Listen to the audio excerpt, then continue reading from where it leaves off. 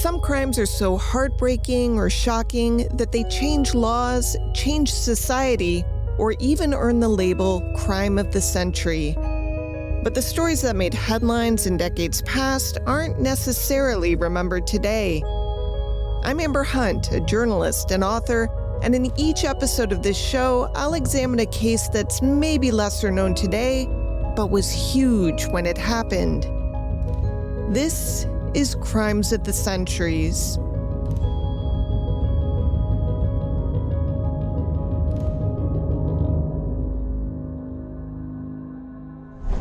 December 6, 1971.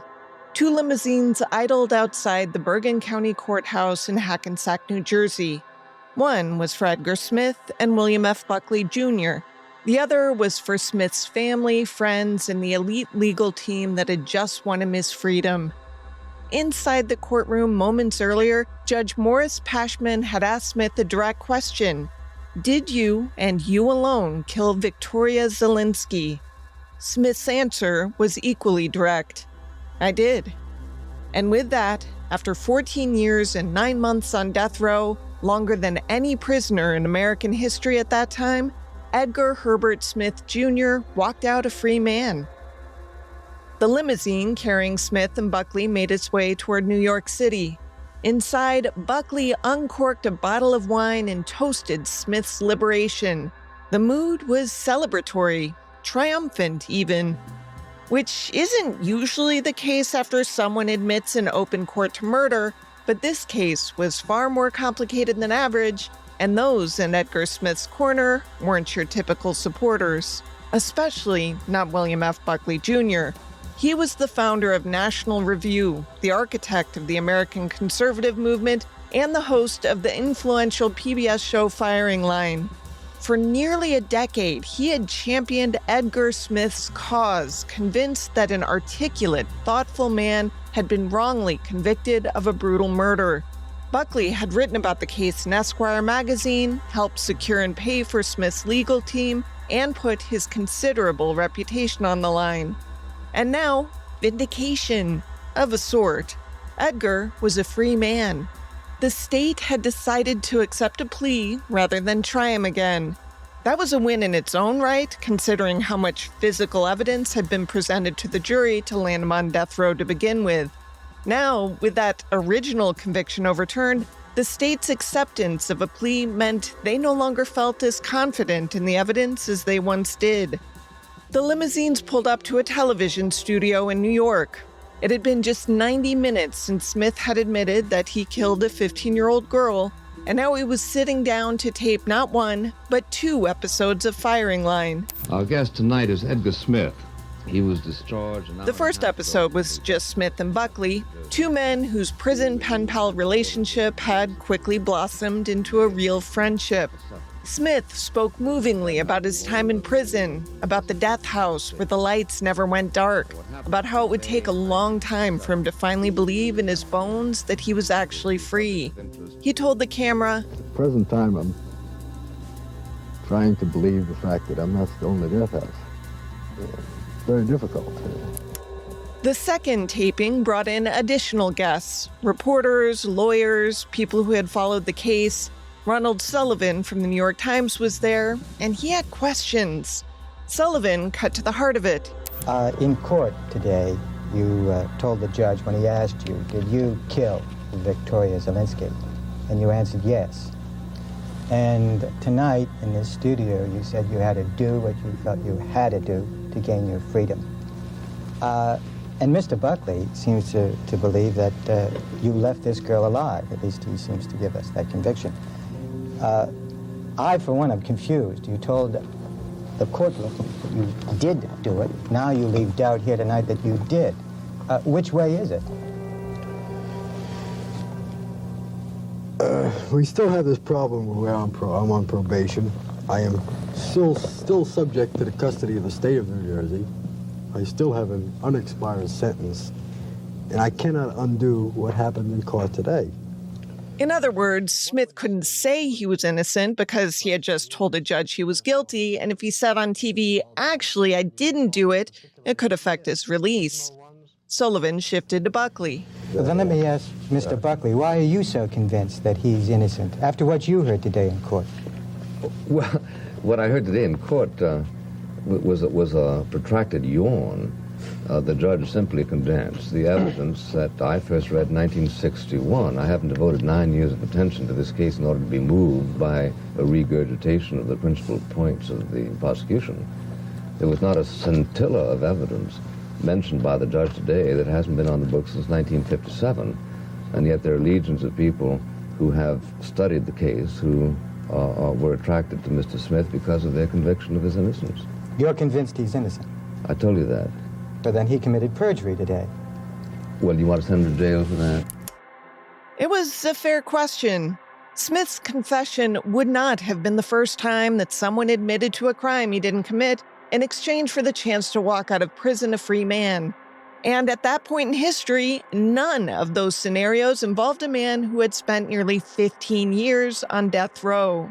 If he had falsely confessed, it would have been a calculated decision. Admit to something you say you didn't do, or stay locked up in prison and possibly die there. Though he was careful not to say so on television, Edgar Smith maintained he had only said yes to gain his freedom. The only real question was William F. Buckley, one of the most brilliant conservative minds in America, right to believe him?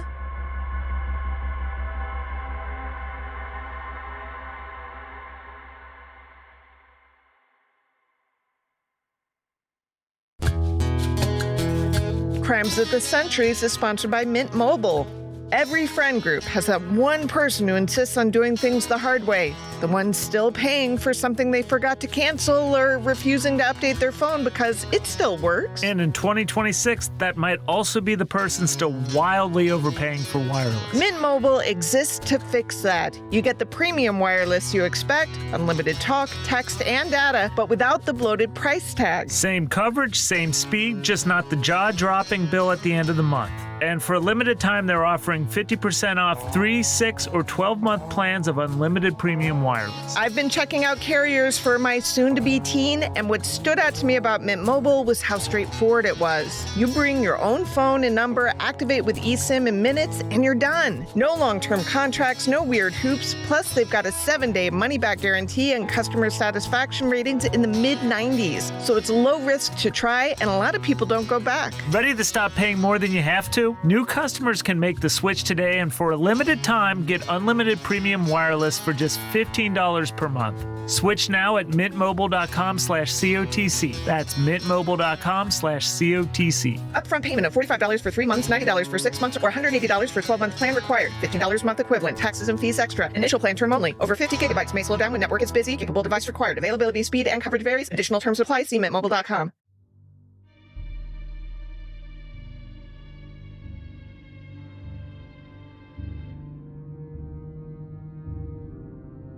If you know my work as a journalist, you know I've done extensive work in the field of potential wrongful convictions. I have another podcast launching called What If They're Wrong After the Accusation that focuses on exactly that.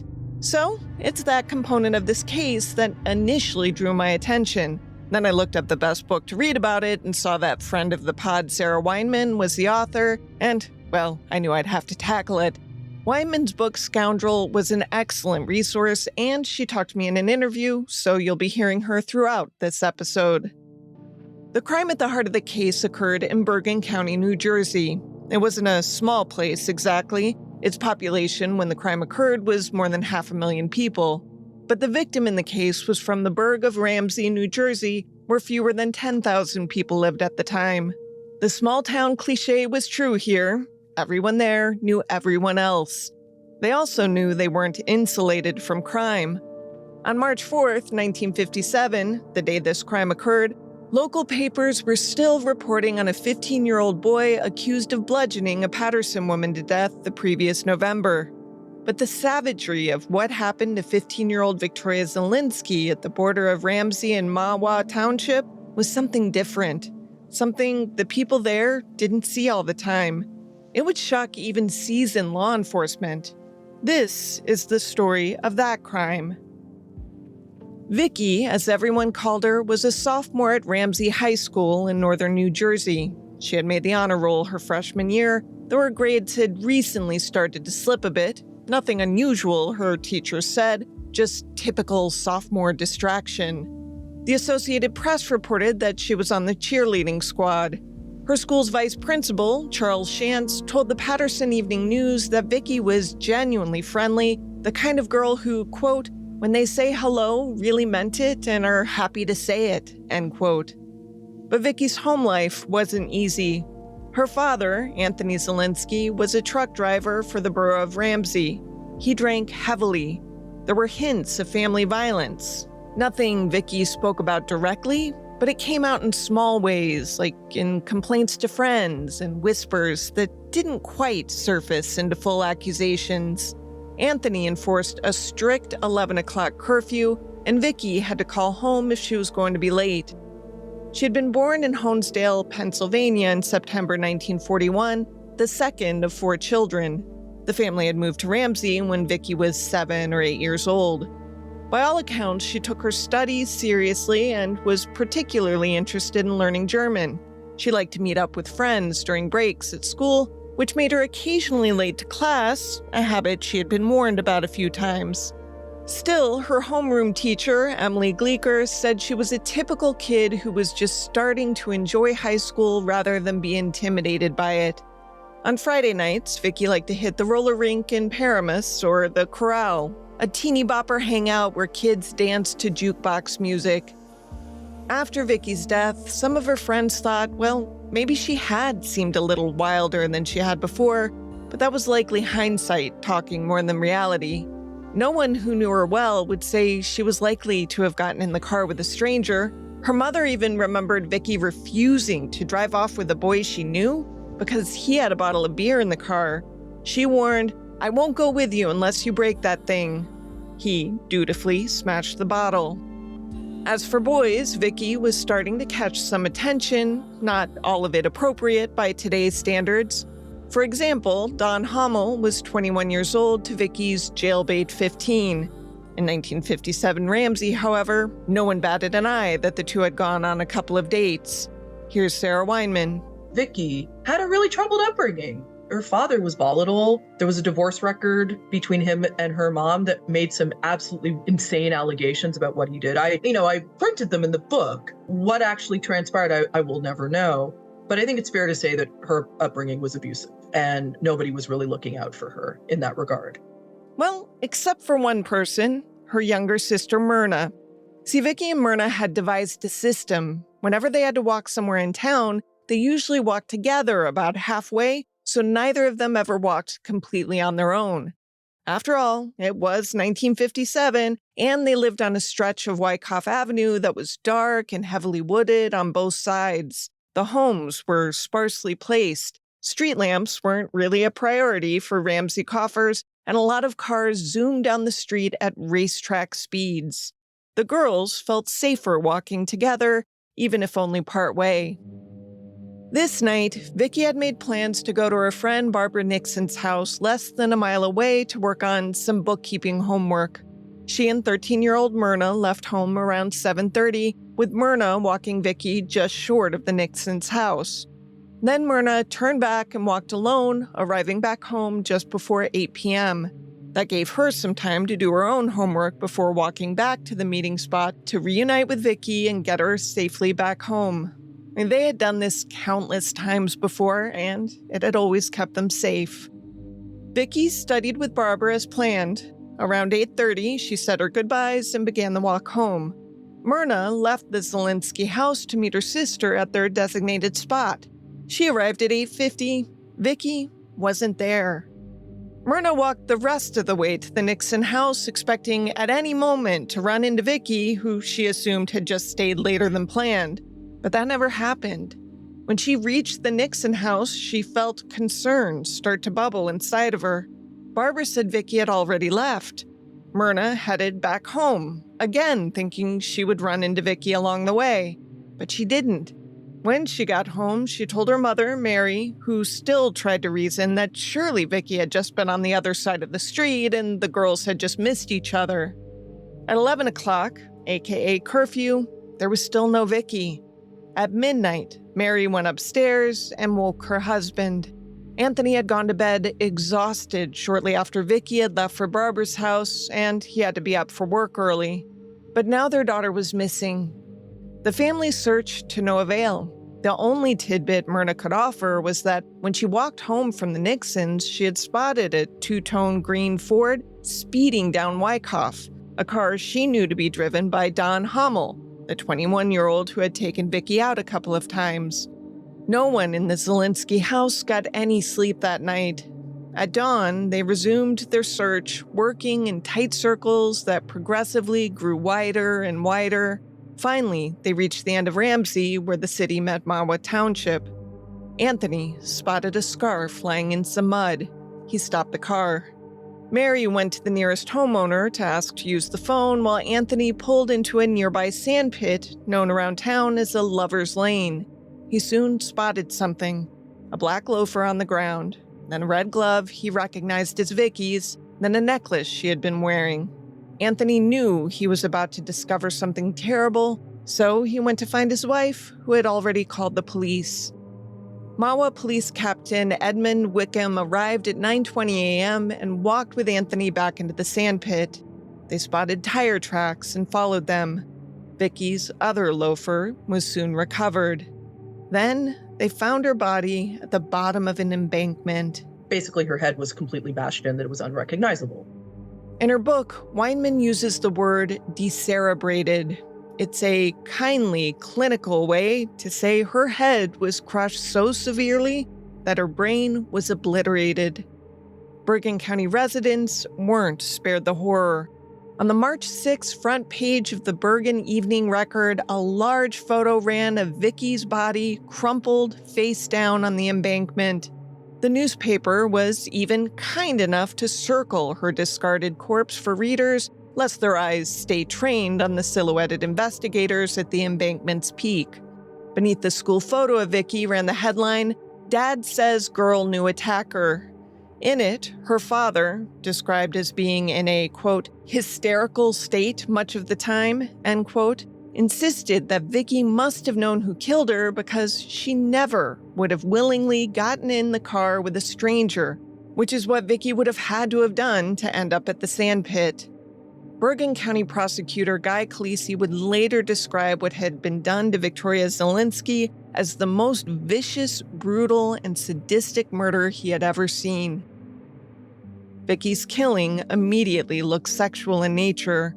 Her sweater had been pulled up to reveal her torso. Her bra was pushed up too. There were bite marks on her right breast. She had not been sexually assaulted, but the evidence suggested someone had tried, and, based on the crime scene, Vicky had fought valiantly. Investigators found 2 blood-stained rocks near the body. One weighed some 25 pounds. The family was beyond devastated. Yes, they'd perhaps been a dysfunctional bunch, but that didn't change that they loved each other. I can't imagine what Myrna especially endured. The whole reason the 2 sisters walked together was to ensure safety. Of course, their fear had never been about this. They'd been worried about one of them walking solo and getting hit by a car and left for dead. It never occurred to either of them that they could be in danger of getting murdered. It was a shock to the whole town. Less shocking was who police named as a suspect within 24 hours.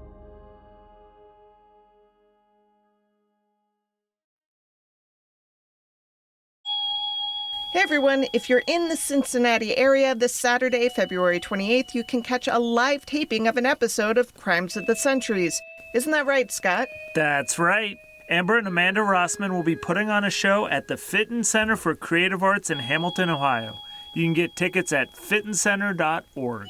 If you can't make it, you'll hear the episode eventually in this very feed, but if you can make it, great. I'll be there. So will I. fittoncenter.org.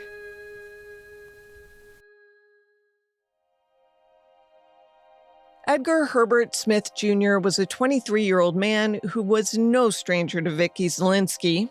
He knew her. He had given her rides home from Ramsey High School. On the night of March 4th, 1957, he had been driving a borrowed car, a Mercury belonging to his friend Joe Gilroy, And, as he soon told police, he had seen Vicky walking along Wyckoff Avenue. But the thing was, Smith was no stranger to police either, and that certainly didn't work in his favor when his name arose as a possible suspect in Vicky's murder. Edgar's first known brush with police came when he was just 14 years old. He had attacked and exposed himself to a little girl 1 day shy of her 10th birthday. He was caught, but only placed on administrative probation. But that had been about 10 years prior. Now, Smith was a Marine vet, newly married to a 20-year-old woman named Patricia. Just 4 months earlier, the couple had welcomed their first daughter, named Patty Ann. The family lived together in a mobile home. On the morning of March 4th, 1957, Edgar was unemployed. He had never been great at keeping steady work and most recently had been laid off from his job as a mechanic.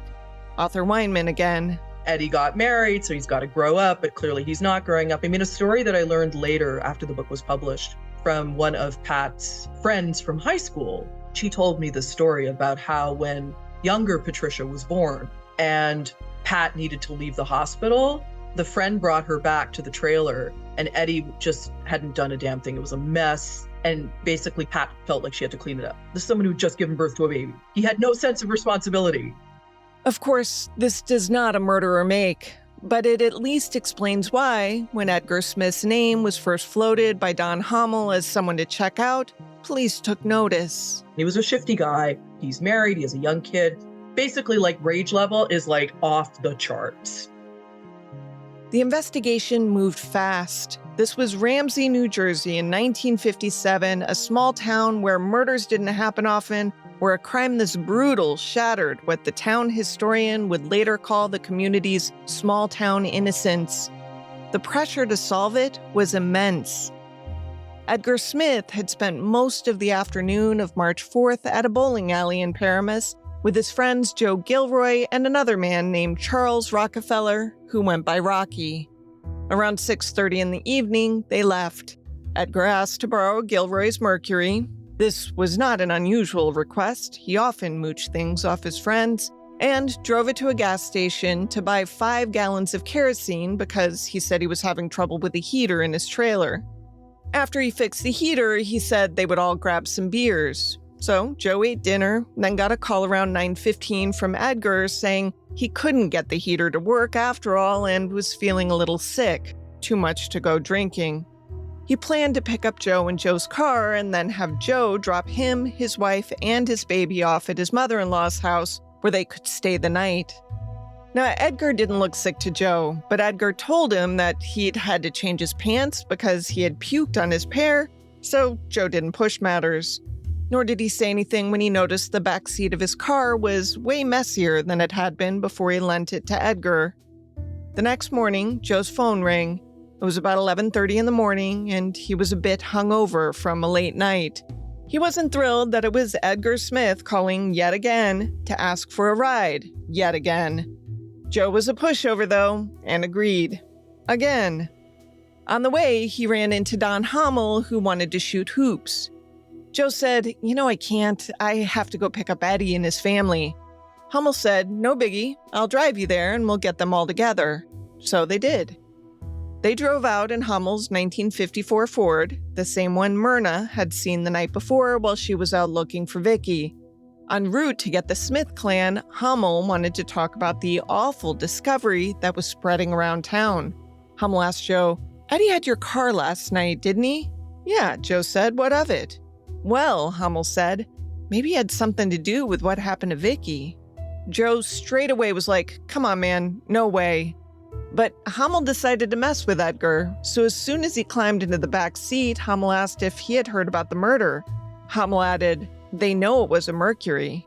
He made up a story about how police could tell by some tire tracks at the crime scene that whoever killed Vicky had definitely been driving a Mercury.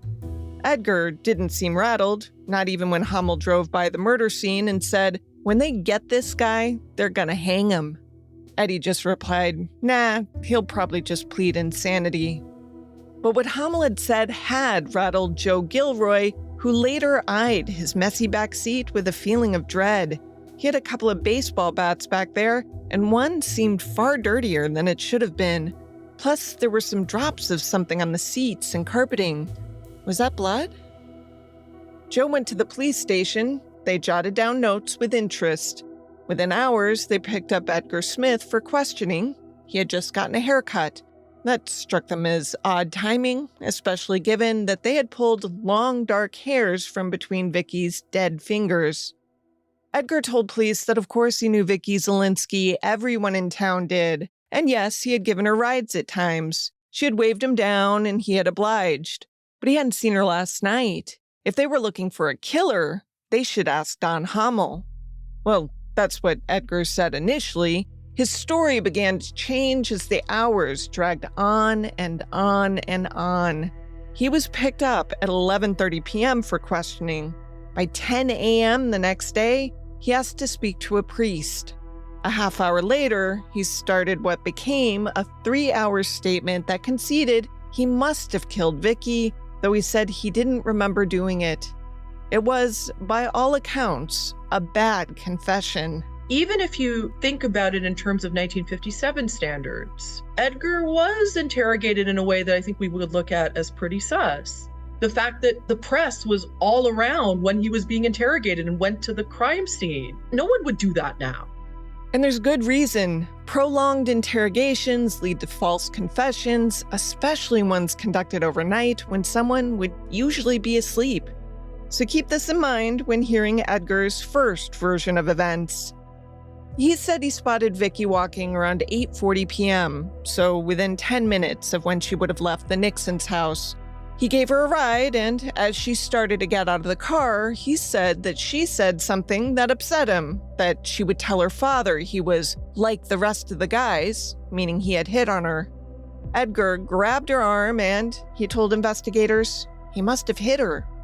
The next thing he knew, he was running in the sand with one of his shoes off. He must have killed her, he said, though he didn't remember doing it. This was good enough for investigators. They typed up a statement for him to sign. By then, he had the sense not to put his name to it, though that wouldn't do him much good.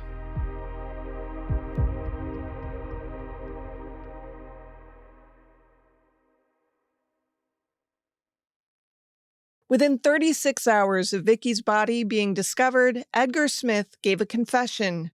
It wasn't signed, but it was transcribed and tape recorded. In that confession, he admitted to driving Vicky to the sandpit. He admitted to the confrontation, to swinging at her. He remembered running in the sand with his shoe off, and he told police where to find Vicky's school books and purse. And they did, in the woods, right where he said he'd thrown them. But here's what Edgar would later argue, what his lawyers would argue, what William F. Buckley would come to believe. That confession was coerced. He was exhausted, frightened, surrounded by reporters and investigators. He told them what they wanted to hear, using facts he had gleaned from newspaper coverage of the case. After all, Vicky's murder was the talk of the town. Everyone knew her head had been crushed and her body discovered at the sandpit. Before Edgar's identity had even been released, the Bergen Evening Record blasted the news across its front page, "Suspect in Mahwah murder." Investigators were pictured holding up a stained pair of Edgar's trousers that hadn't been officially tested yet, but they said they were certain the stains would prove to be blood. The next day, the Ridgewood Herald-News identified the suspect in a story headlined, "Young Father Confesses Murder." The subhead, "Acts Out Crime Where Ramsey Girl Was Slain." A photo of Smith ran too, a cigarette dangling from the fingers of his right hand as he talked, his jaw tense with prosecutors. One of several front-page stories on the case began, quote, "It was a routine and relentless piece of the best kind of police work that resulted in 23-year-old Edgar Smith's confession to the murder of 15-year-old Victoria Zielinski," end quote. That relentlessness is what would ultimately sow doubt in the minds of Smith's supporters. But we've got a ways to go before we tackle that topic. The trial began barely 2 months after the murder, lightning fast by today's standards. The state's theory of the crime went like this. Smith offered Victoria Zielinski a drive around 8:30, and the two drove into the sand pit sometime between then and 9 o'clock on the evening of March 4th. Shortly after arriving, Smith began forcing his attentions on her. He lifted her sweater. When she resisted, he tore the right side of her bra. He bit her hard on the right breast. She struggled out of the car, screaming that she was going to tell her father. She ran up the dirt road, trying to escape the sand pit. Edgar grabbed the baseball bat from the back of Joe Gilroy's car and chased her, losing his shoe in the process. He caught her, striking her with the bat. She fell. And then Edgar used the bat and 2 large rocks to finish the job. His defense attorney made what seemed like a desperate gamble. He pointed to an alternate suspect. Not the anonymous Saudi defense, as in some other dude did it, as I've seen in many murder trials I've covered, but a named one, Don Hommel. It was Hommel, after all, who Myrna had spotted speeding along Wyckoff around the same time Vicky disappeared. It was Hommel who first planted the idea in Joe Gilroy's head that Edgar Smith might have used his car in the murder. Didn't it seem more likely that Hommel, the guy who even testified at trial that he had taken Vicky on a few dates, was a more likely murderer than Edgar Smith? Prosecutors countered with damning physical evidence. Those stained trousers and shoes did prove to have blood on them, and while this predated DNA testing by several decades, the blood type matched Vicky's. The size of the footprints at the scene of the crime corresponded with Edgar's size. The tire tracks couldn't be identified as belonging to a Mercury, as Don Hommel had bluffed, but they were consistent with the tires on that car. And, as Sarah Weinman wrote, there were marks at the scene that suggested the presence of a light-colored car, which is exactly what Gilroy's Mercury was. The defense took another gamble. They put Edgar Smith on the stand. Having a defendant testify is always risky, especially in a murder trial, and double especially when the defendant has already given a confession, even when he later recants. But in reading Sarah's book, you can see why his lawyers felt it necessary. There was a lot stacked against Edward that they hoped he could counter by letting jurors hear his version of events. The biggest problem, of course, was that his version had changed yet again. This time, Edgar testified that he and Vicky had quarreled while parked at the sand pit. She told him that his wife had been cheating on him and she thought he should know. Now, this surely wasn't true. At the time, Patricia Smith was mother to a 4-month-old baby and didn't have a car. Edgar didn't help around the house, so she was pretty homebound, taking care of him and the baby and the home front. But even if she were having an affair, it's incredibly unlikely that Vicky would know about it, and unlikelier still that she would care enough to warn Edgar. Truth was, she didn't like Edgar much. Once Joe Gilroy said he remembered Edgar whisper something to Vicky, and she reacted with a mix of horror and outrage and threatened to tell Edgar's wife. Regardless, this was Edgar's new story on the stand.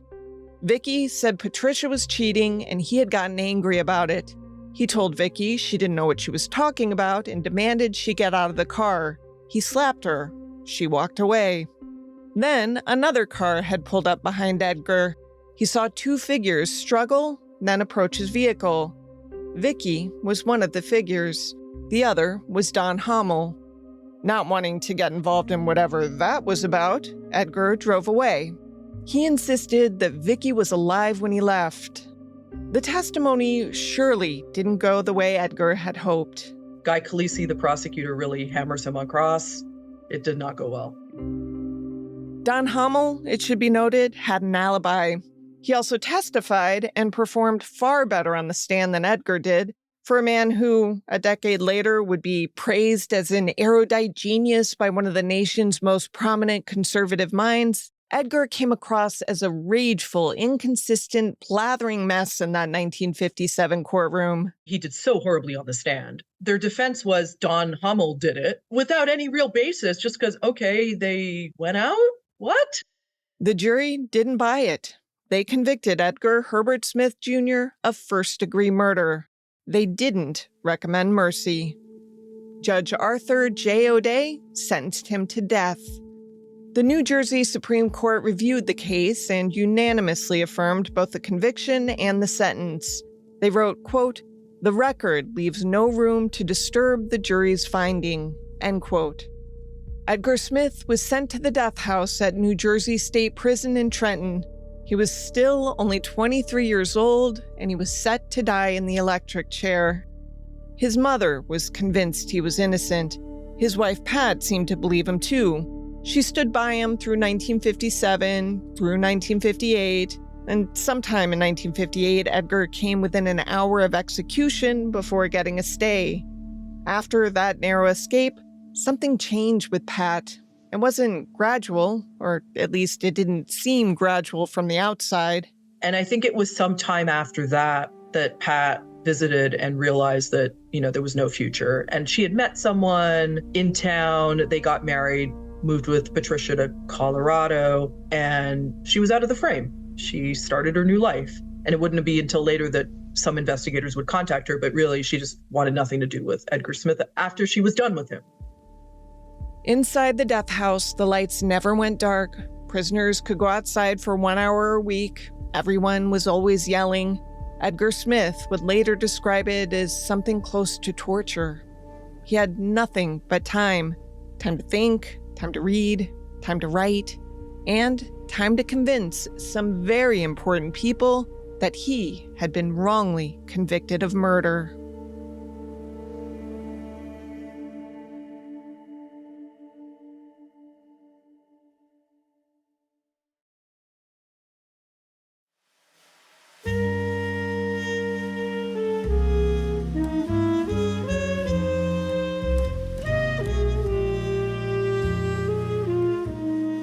Edgar Smith spent his days in the death house reading and writing letters. That's all there was to do. Read, write, wait.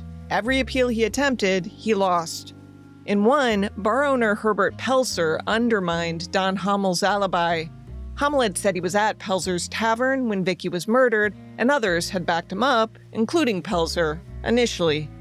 But in a new affidavit, Pelzer recanted that, saying Hommel had pressured him to lie to provide him an alibi, and he said he could present 3 patrons to support him.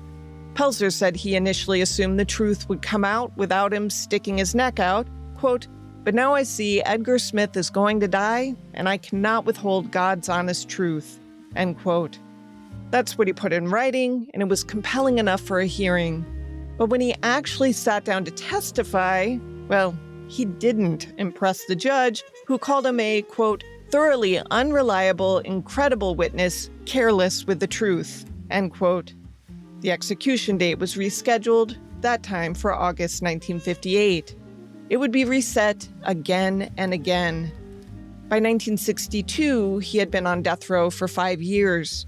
At that point, he was already one of the longest-serving death row inmates in the country. With his wife gone and remarried, his visitor list was basically just his mother. She believed fervently in his innocence. The Patterson Evening News reported in 1961 that she was awarded some money from a car wreck, and she sent it straight to her son's appeals. She once told a reporter, quote, "The case isn't closed. I'll not rest until the real murderer is found. If my son dies, the state of New Jersey can hang its head in shame. All I know is that my son did not kill her," end quote. The death house conditions Edgar endured were brutal. The lights never went dark, constant fluorescent glare 24 hours a day. Prisoners could go outside for 1 hour per week. The noise was relentless, everyone yelling to each other from their cells. Years later, looking back from the vantage point of 2026, we might classify what Edgar experienced as something close to torture. Edgar had just one outlet, a lifeline to the world beyond those walls. Correspondence. He wrote letters, lots of them, and he read magazines, including one called National Review. National Review was, at the time, the publication that was defining modern American conservatism. Its founder and editor was a man named William F. Buckley Jr., and to understand how extraordinary it was that Buckley would become Edgar Smith's champion, you need to understand who Buckley actually was. He was born in 1925 in New York City, but he grew up in Sharon, Connecticut, on a 50-acre estate. He was one of 10 children, yes, 10, born to Alois Steiner Buckley and William Frank Buckley Sr. The Buckley children grew up speaking Spanish before they spoke English because their father had made his fortune in the Mexican oil business. And this wasn't a family that worried about money.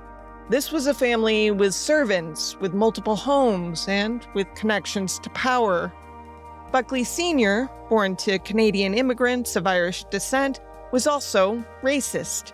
He raised his children to believe that because they were white, they were superior to other races. Buckley Jr. would eventually repudiate those views, but it would take a while.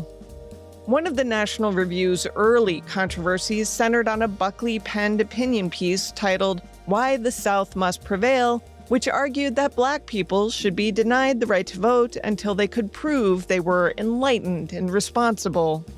It probably won't come as a surprise that his high school peers found him snooty and arrogant.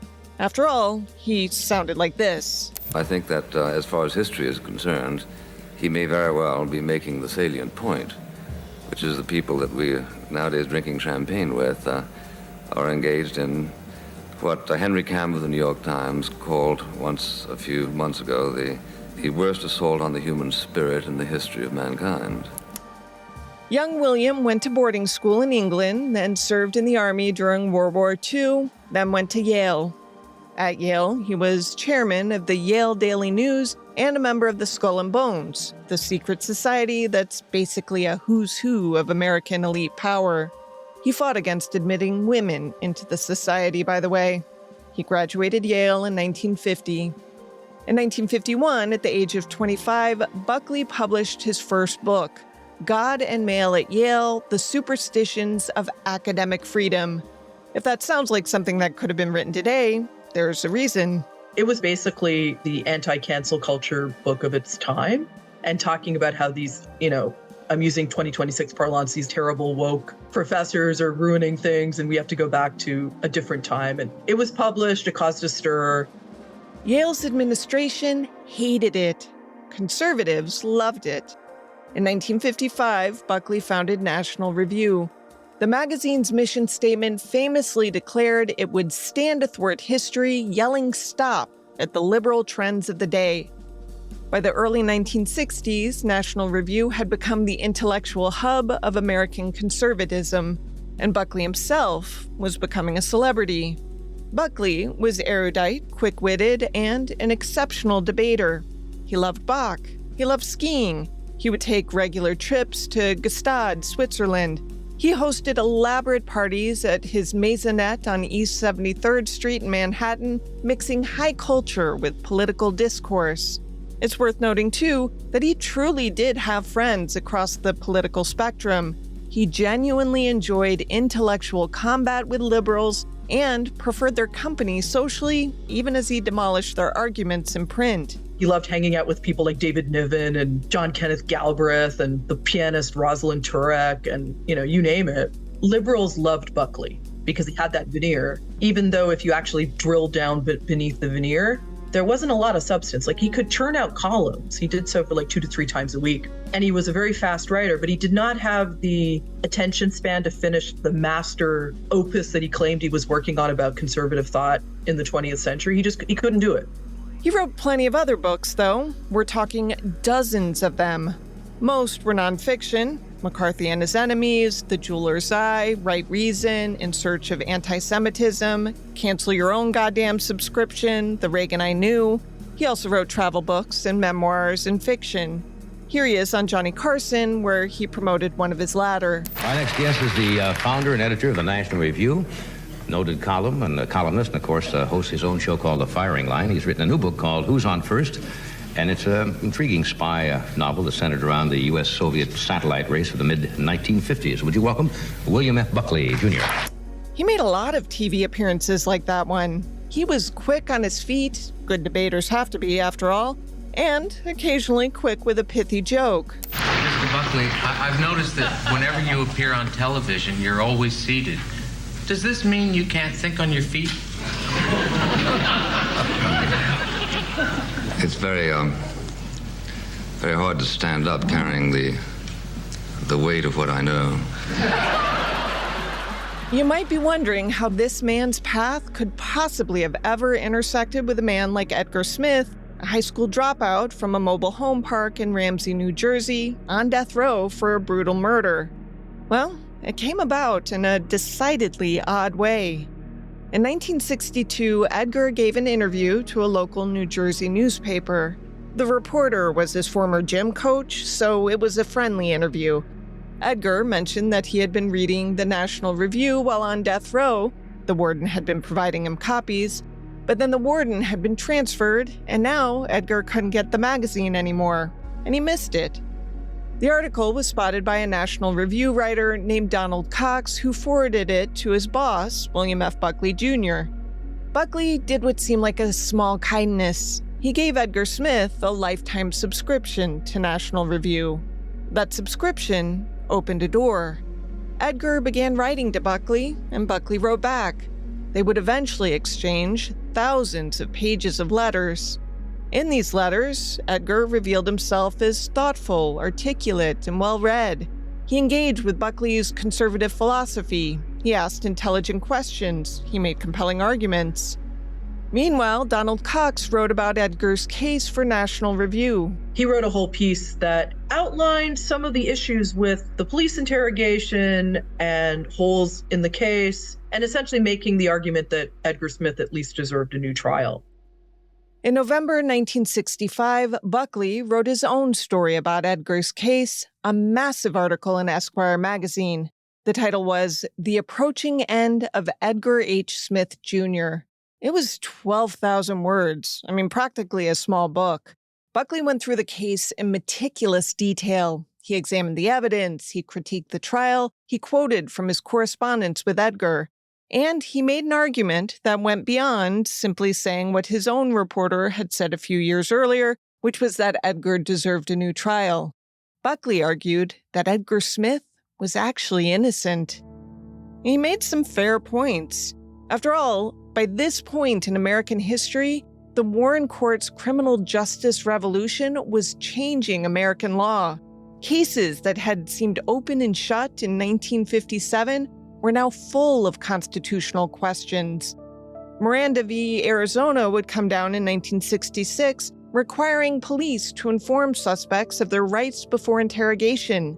Edgar's confession, obtained without a lawyer, with the press watching after hours of questioning through the night, suddenly looked a lot more problematic than it had in 1957. The article drew national attention. People who had never heard of Edgar Smith suddenly knew his name. People who had never questioned the conviction started to wonder, maybe the jury got it wrong. Maybe this articulate, thoughtful man sitting on death row had been railroaded by an overzealous prosecution. Not everyone was convinced, of course. Vicky Zielinski's family, for one, Don Hummel for another. Buckley paid those parties little mind. Instead, he focused on encouraging Edgar Smith to expand on his Esquire piece by writing a book of his own. The idea came about after a book editor at Alfred A. Knopf in New York had reached out after reading Buckley's Esquire piece. She saw an opportunity, both for a compelling book and for her own career. If he could put her in touch with Edgar, she told Buckley, she could serve as editor of a book about his case. That could help his innocence claim and also, if done well, give her a win as an editor. It took some persuading, but eventually, Edgar agreed. Yes, he would write a book proclaiming his innocence. And, as the Knopf editor predicted, that book indeed changed everything. Before we get to that, though, back to the jailhouse letters. Buckley and Edgar continued to swap tomes, and now the Knopf editor, a woman named Sophie Wilkins, was writing on the regular as well. They had no way of knowing this at the time, but each got a different version of Edgar Smith. To Buckley, he was the brilliant, conservative mind, wrongly imprisoned, fighting for justice through intellectual rigor and legal appeals. To Wilkins, he was a passionate author, striving for literary perfection, and also a Lothario. He smuggled what only can be described as smut to Sophie through his lawyers. She responded in kind. She and Buckley both became convinced that the Edgar Smith they knew could never have killed Vicky Zielinski. He was a victim of a broken system, an innocent man who'd been convicted on bad evidence obtained through bad methods. They would work together to right that wrong, and they would win. Our guest tonight is Edgar Smith. He was discharged an hour and a half ago from the death house at Trenton, New Jersey, to which he was sent with orders that he be executed in May of 1957. He was in the death house longer than anyone in the history of the United States.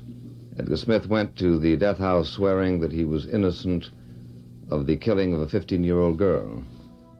There was just one problem with all of this. Edgar Smith was guilty. We'll explore how that unfolded on next week's Crimes of the Centuries.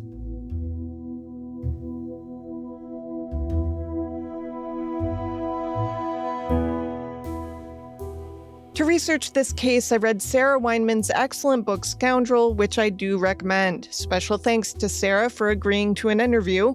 Surprise, Sarah, I made it a two-parter. It's just too much case for a single episode. I also watched at least a dozen interviews with and by William F. Buckley Jr. and did some archive and genealogical research. I also read several Bergen County newspaper reports covering the crime. Crimes of the Centuries is available early and ad-free through Grab Bag Collab. Head to www.grabbagcollab.com for exclusive content related to this show and access to other series on our profit-sharing network.